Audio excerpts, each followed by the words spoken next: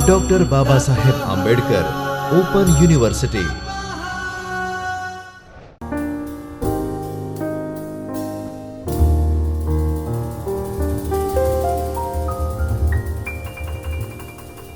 नमस्कार विद्यार्थी मित्रों, मैं डॉक्टर वनमाला Baviskar doctor Baba Saheb Ambedkar open university की ओर से चैतन्य स्टूडियो में आप सभी का हार्दिक स्वागत करती हूँ। आज हम प्रथम वर्ष एमए के द्वितीय प्रश्न पत्र के खंड 1 की इकाई किसान जीवन के परिप्रेक्ष्य में गोदान को आगे बढ़ाएंगे। इसकी पहली कक्षा जो है हमने पूर्व ले ली थी, अभी दूसरी कक्षा आज हम आरंभ करेंगे। तो इस कक्षा को पढ़ने के बाद आप निम्नलिखित उद्देश्यों से अवगत होंगे। भारतीय किसानों का आर्थिक सामाजिक शोषण करने वाली दमनकारी जमींदारी व्यवस्था से परिचित हो सकेंगे, जाति व्यवस्था और शोषण प्रक्रिया के अंत संबंधों को जान सकेंगे, गोदान में गाय के महत्व और धर्म के दबाव को झेलते किसान की मनस्थिति को समझ सकेंगे। हुरी का शोषण व्यवस्था और शोषकों के विरोध में विद्रोह न करने के कारणों को भी जान सकेंगे। पूंजीवाद के आगमन के कारण बदलते आर्थिक सामाजिक संबंधों का आप विवेचन कर सकेंगे। तो आइए मित्रों शुरू करते हैं गोदान की चर्चा। गोदान में प्रेमचंद ने होरी धनिया के जीवन के माध्यम से गोदान में दोनों के माध्यम से प्रेमचंद ने मोटे तौर से 3 तरह के किसानों का वर्णन किया है। बेलारी में कुछ ऐसे लोग रहते हैं जिसके पास अपनी जमीन है, वे लगान देते हैं परंतु स्वयं उस पर खेती नहीं करते, वे अपने खेत में खेत मजदूरों से काम करवाते हैं। गोदान के सभी धनी किसान इस श्रेणी में आते हैं। पंडित दाता दीन, झिंगुरी सिंह, पट्टेश्वरी आदि कई खेत में जाकर काम करता हुआ नहीं दिखाई देता, लेकिन ये जो है किसान का शोषण करते हैं। प्रेमचंद इन्हें किसान नहीं मानते, इसलिए इस वर्ग के पक्ष में वे कुछ नहीं लिखते। वे लोग जमींदार या कारिंदों से मिलकर गरीब किसानों के शोषण में सहायक की भूमिका निभाते हैं। धनिया इन्हें हत्यारा कहती है। गांव में कुछ ऐसे लोग भी रहते हैं जिनके पास अपनी जमीन नहीं होती, ये दूसरों की जमीन पर खेती का काम करते हैं। दलित जातियों से संबंधित ऐसे लोग खेत मजदूरों की श्रेणी में आते हैं। प्रेमचंद ने बहुत सहानुभूति से इन पात्रों को उपस्थित किया है। हरकू, सीलिया और उनका परिवार इसी श्रेणी में आता है। प्रेमचंद इस वर्ग को भी किसान नहीं मानते। किसान इस वर्ग में मिल रहे हैं, उनकी जमीन छीनी जा रही है, इसे प्रेमचंद ने देखा है, दिखाया है और चिंता की है, परंतु वे किसान से मजदूर बन जाने में किसान की हेटी समझते हैं। जिस तरह से जो होरी है वह किसान से किस तरह से मजदूर बन जाता है, मजदूर बनने को मजबूर हो जाता है, मजदूरी करते करते किस तरह से दम तोड़ देता है, अपनी आकांक्षाओं को जो है वह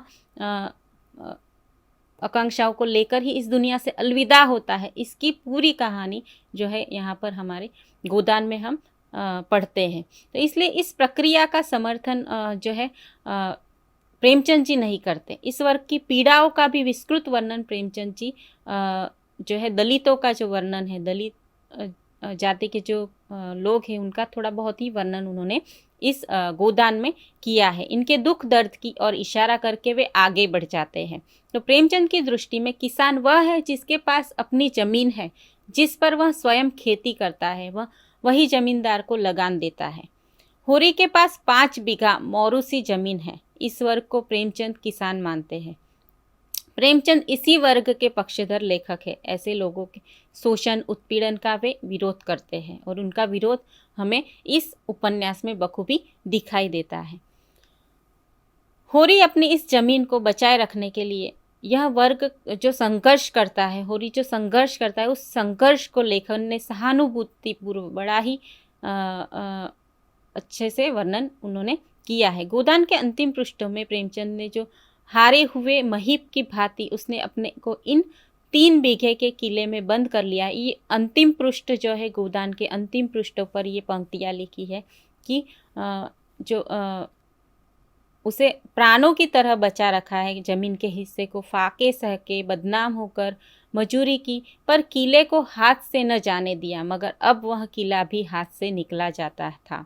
कहीं से रुपए मिलने की आशा न थी। ज़मीन उसके हाथ से निकल जाएगी और उसके जीवन के बाकी दिन मजूरी करने में कटेंगे, भगवान की इच्छा। तो यह जो है पंक्तियाँ है गोदान के अंतिम पृष्ठों में लिखी हुई होरी के संदर्भ में। प्रेमचंद को किसान के रूप में देखना चाहते थे। इसी वर्ग में रहते हुए उनकी दशा सुधारने की वकालत वे करते हैं। होरी इसी गरीब वर्ग का प्रतिनिधि पात्र है। ऐसा किसान जिसके पास 5-6 बीघा जमीन है, बकाया लगान का बोझ है, न उतरने वाला ऋण है। उस समय जो किसान हुआ करते थे वह जितना ऋण लेते थे उससे ज़्यादा उसका ब्याज भरते थे। उसी के चक्कर में उनकी ज़मीन जायदाद सब कुछ लुट जाती थी और इसका फ़ायदा ज़मींदार और बाकी जो उच्च वर्ग के लोग हुआ करते थे वे उठाते थे। तो उनकी अनेक सामाजिक धार्मिक मान्यताओं से जो समाज जकड़ा हुआ है, असंगठित है, असहाय है और बस खेत मजदूर बनने वाला किसान है, उसकी जो है कहानी प्रेमचंद जी ने हमारे समक्ष प्रस्तुत की है। प्रेमचंद जो है कहते हैं कि अनेक कष्टों के बावजूद होरी की किसान बने रहने की इस जिद्दनुमा आकांक्षा को प्रेमचंद ने बहुत ही आदर से देखा और यह एक किसान के अस्तित्व रक्षा का सवाल था और इस आकांक्षा के लिए होरी छोटी मोटी बेईमानी भी कर सकता है। क्या थी उसकी आकांक्षा? उसकी आकांक्षा थी कि वह एक गाय खरीदे, एक अपने आंगन में खूंटे से एक गाय को बंधा हुआ देखे उसकी सेवा करें। लेकिन यह आकांक्षा उसकी अधूरी ही रह जाती है। यहाँ तक कि अंत में अपनी बेटी बेचने पर भी, गाय के लिए अपनी बेटी को बेचने के लिए भी वह मजबूर हो जाता है। तब भी वह जो है प्रेमचंद जी लेखकीय सहानुभूति दर्शाते हैं होरी के प्रति। प्रेमचंद उसकी अनैतिकता में भी नैतिक गौरव देखते हैं और दिखाते हैं। किसान के अस्तित्व की रक्षा की चिंता गोदान में सर्वाधिक मुखर रूप में दिखाई देती है। लेखक जो ही गांव जीवन में प्रविष्ट होता है त्यों ही उसकी लेखनी में करुणा का संचार होने लगता है। उल्लास, उत्साह और उमंग का वातावरण गोदान में कम मिलता है। अत्र तत्र सर्वत्र उन्हें जो है किसान के दुख, दर्द, पीड़ा और वेदना हमें मिलती है एक किसान की। तो जो उत्साह और उल्लास का वातावरण है वह उसका वर्णन हमें कम देखने को मिलता है। जहाँ भी ऐसे प्रसंग आते हैं वहाँ भावी अनिष्ट की आशंका रहती है। कुछ अच्छे जब उत्सवों की बात होती है तो उसके बाद कुछ घटनाएं जो संकट है उसकी आशंका रहती है। तो गरीब, दुख, दैन्य, पीड़ा, अन्याय, अत्याचार का वर्णन पढ़ते पढ़ते हम थकने लगते हैं। जब भी दो पात्र आपस में दिल खोलकर बातें करते हुए आते हैं वहाँ थोड़ी देर बाद कोई ना कोई करुण प्रसंग उपस्थित हो जाता है। शर का वर्णन करते हुए बेशक लेखक हास्य व्यंग के प्रसंग ले आता है। थोड़ी देर के लिए लेखक आनंद में मग्न हो जाता है। ऐसा नहीं है कि गोदान जो है उसके अंदर सभी जगह दर्द ही दर्द है, लेकिन कहीं कहीं शहरी वातावरण में व्यंग के भी पुट हमें मिलते हैं। मेहता मालती की चर्चाओं में अन्य भाव स्थितियों में भी व्यंग की अभिव्यक्ति हम पा जाते हैं, तथापि मूल मनोभाव वहाँ भी करुणा का ही रहता है। गोदान की कथा के केंद्र में गाय है, गाय की लालसा है। संपूर्ण उपन्यास में किसी न किसी रूप में गाय मौजूद रहती है। उपन्यास के आरंभ में प्रेमचंद जी लिखते हैं, हर एक गृहस्थ की भांति होरी के मन में भी एक गौ की लालसा चिरकाल से संचित चली आती थी। यही उसके जीवन का सबसे बड़ा स्वप्न, सबसे बड़ी साध थी। बैंक सूद से चैन करने या जमीन खरीदने या महल बनवाने की विशाल आकांक्षाएं इसके नन्हे से हृदय में कैसे समाती। इस उद्धरण से स्पष्ट है कि होरी का अब तक के जीवन के बीच होरी गाय खरीदने की इच्छा पाले रखता है। जो ही उसे अवसर मिलता है वह गाय का इंतजाम करता है। भूला को किसी तरह से पटाकर वह उधार में गाय ले आता है। यह उपन्यास का प्रस्थान है। होरी की अपूर्ण आकांक्षा की आसान पूर्ति देखकर गांव में कोई खुश नहीं होता। सभी की नज़र होरी की इस गाय पर लग जाती है। आषाढ़ की बरसात होती है, किसान खेत जोतने जाते हैं और तब राय साहब के कारकुन ने कहला भेजा कि जब तक बाकी न चुक जाएगा किसी को खेत में हल न ले जाने दिया जाएगा। अब क्या हो, होरी महाजन झिंगुरी सिंह के पास रुपए लेने जाता है तो देखता है कि महाजन की नज़र इसी गाय पर है। वे गाय लेना चाहते हैं। इसी बीच होरी के भाई हीरा की धनिया से कहासुनी हो जाती है। हीरा का क्रोध भी इसी गाय पर उतरता है और हीरा गाय को जहर खिलाकर मार देता है। हीरा जो है वह होरी का भाई है, जिसे भाई के घर जो गाय आई है उसे नहीं देख सकता, उस सुख को नहीं देख सकता और वह उस गाय को जहर खिलाकर मार देता है। तो इस तरह होरी की चिर संचित आकांक्षा फिर अपूर्ण हो जाती है। आगे की सारी कथा इस गाय का कर्ज उतारने से बंधी हुई चलती है और फिर कभी गाय खरीदने का सामर्थ्य होरी नहीं जुटा पाता। होरी गाय तो नहीं खरीदता, परंतु उसके घर का कोई सदस्य जब भी स्वप्न देखता है तो वह सोचता है कि सबसे पहले वह एक पछाई गाय लाएगा। गोबर यह सोचता है कि रूपा का विवाह धनी किसान राम सेवक से होता है। वहाँ की संपन्नता देखकर रूपा के मन में भी गाय की ही स्मृति पुनः सजीव हो उठती है। तो इस तरह से जो स्वप्न है सिर्फ होरी का नहीं रह जाता, होरी के घर के बाकी सदस्यों का स्वप्न भी गाय ही बन जाता है। गाय को खरीदना, गाय के प्रति आकांक्षा ही उनके मन में होती है। तो उसके दिल में भी जो है गाय खरीदने की आकांक्षा जगती है। जो मेहमान की तरह आई थी और सबको रोता छोड़कर चली गई, वह स्मृति इतने दिनों बाद अब और मृदु हो गई थी। उपन्यास के अंत में होरी जब मरने लगा तो उसे वही गाय याद आई। धनिया से कहे गए अंतिम शब्दों में भी उसी गाय की चर्चा करते हुए कहा, अब जाता हूँ। गाय की लालसा मन में ही रह गई। प्रेमचंद जी ब्राह्मणवादी स्वार्थी प्रवृत्ति पर इस प्रसंग की निर्मिती द्वारा करारी चोट करते हैं। मरते समय यदि गाय दान किया जाए तो मरने वाला व्यक्ति सीधे स्वर्ग पहुंचता है। यह एक धार्मिक अंधविश्वास है और इस तरह के धार्मिक अंधविश्वास, बहुत सारे अंधविश्वास जो थे व्याप्त थे उस समय के तत्कालीन समाज में।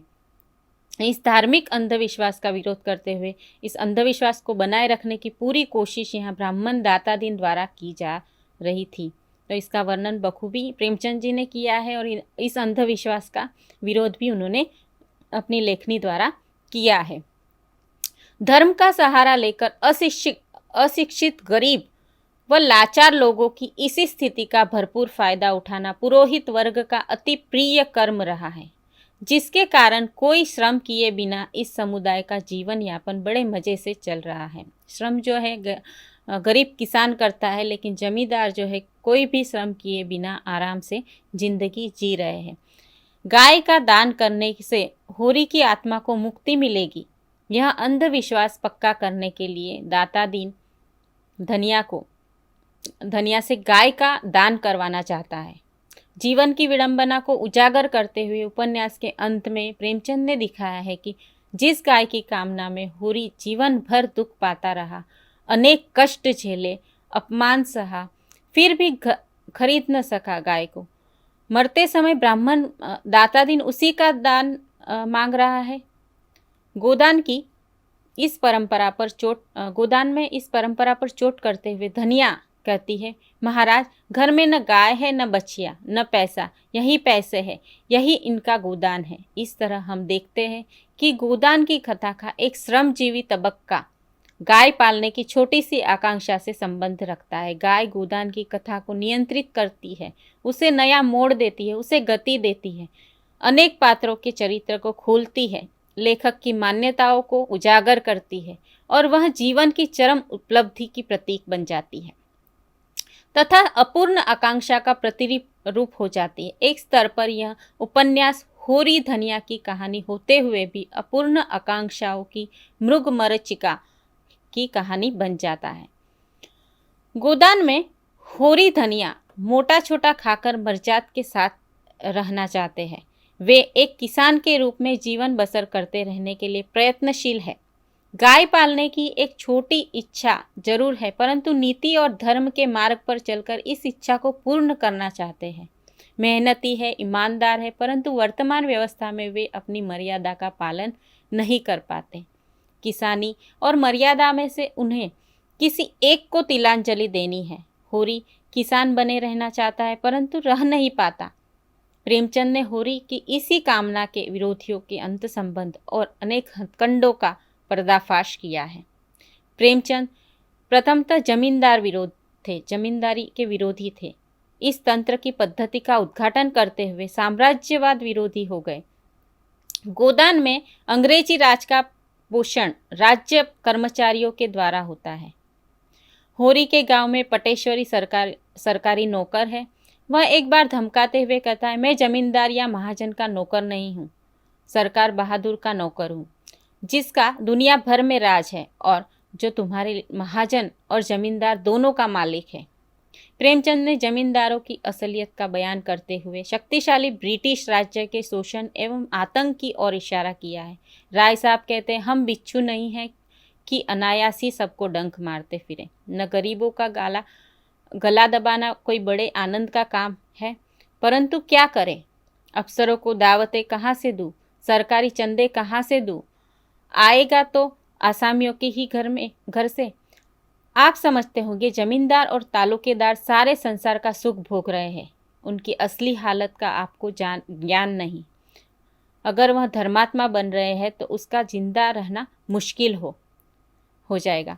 तो अफसरों को इस तरह से जो है जेल खाना हो जाएगा अगर वह बात नहीं मानेंगे। तो एक दूसरे प्रसंग में वे कहते हैं कि वसूली सरकार के घर गई, बकाया असामियों ने दबा लिया, तब मैं कहाँ जाऊँ। तात्पर्य यह है कि होरी का शोषण सूत्र अंग्रेजी राज तक जाता है।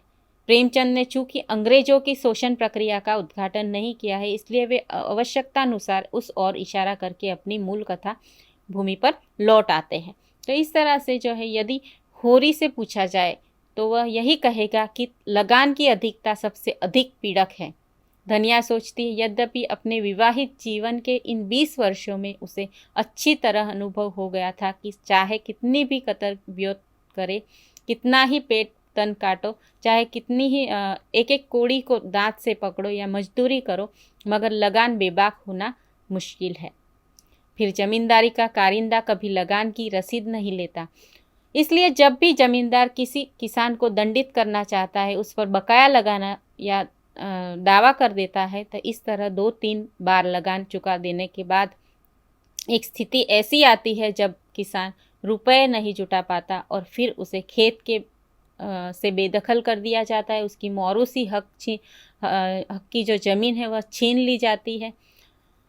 इसी उपन्यास में गोबर कहता है, मैं अदालत में तुमसे गंगाजली उठवा कर रुपए दूंगा, इसी गांव में 100 शहादतें दिलाकर साबित कर दूंगा कि तुम रसीद नहीं देते। सीधे साधे किसान हैं, कुछ बोलते नहीं तो तुमने समझ लिया कि सब काट के उल्लू है। फिर जमींदार किसानों पर बकाया लगान का दबाव या दावा ऐसे नाजुक अवसरों पर करते हैं जब किसान सबसे ज़्यादा संकट में हो तभी उन्हें जो है वह ऋण देते हैं और उस ऋण को से ज़्यादा ब्याज ले लेते हैं। जब उन्हें लगता है कि किसान किसी भी तरह से रुपए नहीं जुटा सकता। राय साहब ने होरी से बकाया लगान की मांग तब की जब पहली बार बरसात हुई और किसान खेत बोने के लिए जाने वाले थे। ऐसे नाजुक अवसर पर महाजन उद्धारक बाना पहनकर कर्ज देने के लिए सामने आता है और किसान जमींदारी की चंगुल से निकलकर महाजन की गिरफ्त में आ जाता है और कर्ज वह मेहमान है जो एक बार आकर जाने का नाम नहीं लेता। प्रेमचंद ने गोदान में कर्ज और सूद का बहुत ही हिसाब दिया है। होरी ने मंगरू शाह से आज 5 साल हुए बेल के लिए 60 रुपए लिए थे, उसमें 60 दे चुका है, पर वह 60 रुपए जो के तो बने हुए हैं। दाता दिन पंडित से 30 रुपए लेकर आलू बोए थे। आलू तो चोर खोद ले गए पर उसके 3 बरसों से 100 हो गए थे। तो दुलारी विधवा सहुआइन थी जो गांव में नॉन तेल तमाकू की दुकान रखे हुए थी। बंटवारे के समय उससे 40 रुपए लेकर भाइयों को देना पड़ा था। तो उसके भी लगभग 100 रुपये हो गए थे, क्योंकि आने रुपए का ब्याज था। तो इस तरह से जो मूल रकम है उस पर ब्याज जो है दुगुना तिगुना हो जाता था। इस तरह से किसानों और गरीबों का शोषण महाजन करते थे। लगान और सूद के अलावा भी किसानों के शोषण के कई अन्य तरीके जमींदारों ने खोज निकाले थे, जिनमें बेगार, नजराना, डाट, दस्तूरी, शगुन आदि अनेक गैरकानूनी कर शामिल है। इन्हें वसूल करने का अधिकार जमींदार, कारिंदे, महाजन, सरकारी कर्मचारी, पटवारी, पुलिस, कचहरी सभी के पास है और भारतीय किसान सबका नरम चारा बना हुआ है। प्रेमचंद उपन्यास की कथा को रोक कर इस हथकंडों से पाठकों को परिचित कराना चाहते हैं। प्रेमचंद मानते हैं कि किसी अच्छे या भले जमींदार से इस समस्या का समाधान नहीं हो सकता, क्योंकि यह संबंध ही ऐसा है कि एक और प्रजा में भय, अविश्वास और आत्महीनता के भावों को पुष्ट करता है और दूसरी ओर जमींदारों को अभिमानी, निर्दय और निरंकुश बना देता है। इसीलिए प्रेमचंद को जब भी अवसर मिला है, उन्होंने इस बिचौलिए वर्ग के रूप में जमींदारों के अस्तित्व का विरोध किया। होरी की बर्बादी में जहाँ धर्म की भूमिका है, वहाँ बिरादरी का भय भी कम नहीं है। गोबर और झुनिया के संबंध बिरादरी को ऐतराज है। गोवर्धन जब भोला की बेटी झनिया से प्रेम करता है और उससे भगा ले जाता है, तो वह उस पर बिरादरी जो है ऐतराज जताती है। पंच जो है होरी पर 100 रुपये नकद और 30 मन अनाज की डांट लगा देते हैं। होरी ने रुपयों के लिए अपना घर गिरवी रखा तथा फसल पर पैदा हुए अनाज पर डांट में दे दिया।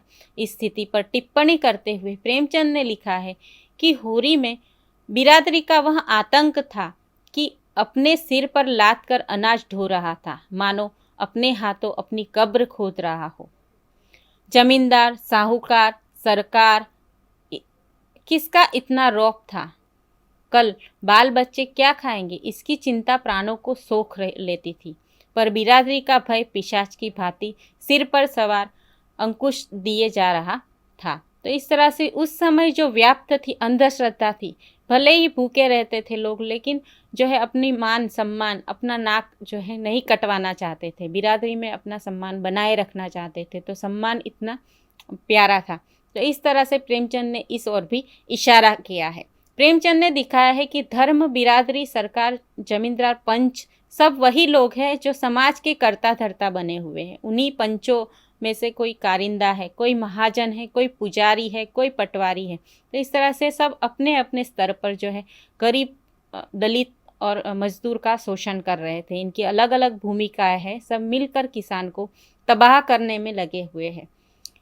कोई किसी का से काम नहीं, सब अलग अलग तरीके से किसान को लूटते हैं।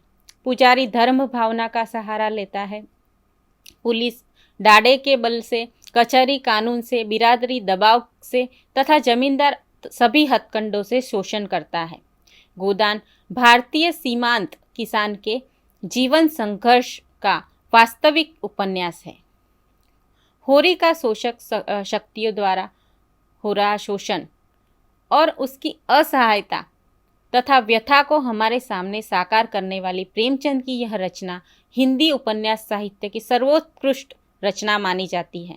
कारण यह रचना पहली बार समाज के सबसे परिश्रमी लेकिन अभाव में रहने वाले मजबूर, साधनहीन, वंचित किसान के जीवन यथार्थ को हमारे सामने प्रस्तुत करती है। अर्थ उत्पादन के मूल साधनों के असमान बंटवारे, असमान अधिकार और भागीदारी पर सवाल उठाती है। होरी और धनिया के जीवन भर में परिश्रम का मूल्य उन्हें अपनी 5 बीघे जमीन से बेदखल करके मजदूरी में परिवर्तित करती है। होरी के पास 5 बीघा जमीन होती है, फिर भी वह अंत में जो है वह उस जमीन से बेदखल हो जाता है और वह मजदूर बनने में के लिए मजबूर हो जाता है और काली मजदूरी करते करते वह अपना दम तोड़ देता है। जमीन और सत्ता के अधिकारियों द्वारा महाजन, पुलिस और पुरोहितों की सहायता से गरीब किसानों के निरंतर शोषण किए जाने की साजिशें रचाई जाती हैं। लगान, डांट व धर्म पुण्य के नाम पर शोषण की इस प्रक्रिया में अंततः किसान सब कुछ से हाथ धो बैठता है। तो इस तरह से जो किसान की जो परिस्थितियां हैं किसान हो या चाहे दलित हो, गांव की जो समस्या है उन समस्याओं से रूबरू करवाया है प्रेमचंद जी ने। कोई भी कोना ऐसा अछूता नहीं छोड़ा है प्रेमचंद जी ने जिस पर जो है हमें अवगत ना कर सके। तो शोषकों के षड्यंत्र और दबाव को वह महसूस करता है, लेकिन विरोध में शब्द भी नहीं कहता। जो किसान है वह सब कुछ सहता रहता है, लेकिन कभी भी विरोध नहीं करता है। वह सारी मान्यताओं को ढोता रहता है। परंपरागत मानसिकता, अंधविश्वास से वह घिरा हुआ है। वह अपनी नियति मानकर स्वीकारता चलता है कि यही नसीब है। इस जन्म में हम किसान बने तो हमें यही नसीब, इसी का स्वीकार करना होगा और हमारे नसीब में यही लिखा है, यह कहकर वह सब कुछ सहता चला जाता है। आज का इस किसान जो है वह भी, आज की उसकी मनस्थिति है वह भी आज यही है। तो ये जो उपन्यास जिस समय लिखा गया उस समय की जो प्रासंगिकता थी, उतनी ही प्रासंगिकता आज भी प्रेमचंद के जो है लेखन की आज भी उतनी ही प्रासंगिकता बनी हुई है। जब तक इस अंधकार से निकलने का रास्ता उसे नहीं मिलता, वह इसमें गहरे डूबता चला जाएगा, इसका उसे एहसास भी होता है। होरी शोषण के इस षड्यंत्र में फंसता चला जाता है। प्रेमचंद ने होरी को केवल गरीब, निर्धन किसान के रूप में ही चित्रित नहीं किया, बल्कि अंधविश्वासी, रूढ़िग्रस्त, धर्मभीरू और दिखावे की भावना रखने वाले ग्रामीण किसान के रूप में भी चित्रित किया है। और इस द्वारा उन्होंने जो समाज में कुरीतियाँ, अंधश्रद्धाएं फैली हुई है उससे भी हमें अवगत कराया है। होरी का अपड़, गवार, अंधविश्वासी और धर्मभीरू होना उस समाज की उपज है जिसे होरी जैसे किसानों को इसी दशा और मानसिक स्थिति में रखने से फायदा होता है। एक निर्जीव साधन बनाकर रखने में जमींदार, साहूकार और पुरोहितों का स्वार्थ ही स्वार्थ है।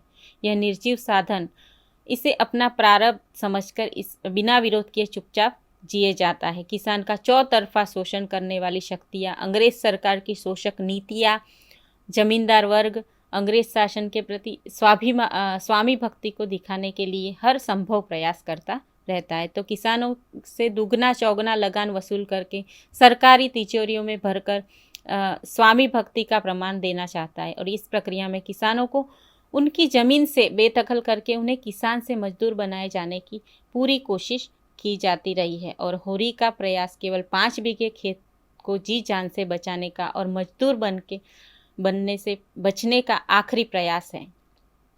प्रेमचंद मानते हैं जब तक जमींदारी व्यवस्था समाप्त नहीं होगी, किसानों का जमीन से बेदखल होकर मजदूर बनना टल नहीं सकता। प्रेमचंद शोषण की इस प्रक्रिया के लिए किसी एक व्यक्ति या संस्था को जिम्मेदार नहीं समझते, बल्कि शोषण के संपूर्ण तंत्र को इसके लिए जिम्मेदार मानते हैं। गोदान में होरी की बदहाली की कथा के द्वारा यह भी बताते हैं कि केवल ऊपरी सुधारों से किसानों का भला नहीं हो सकता। किसानों की भलाई के लिए इस तंत्र को, पूरी व्यवस्था को बदलना ज़रूरी होगा।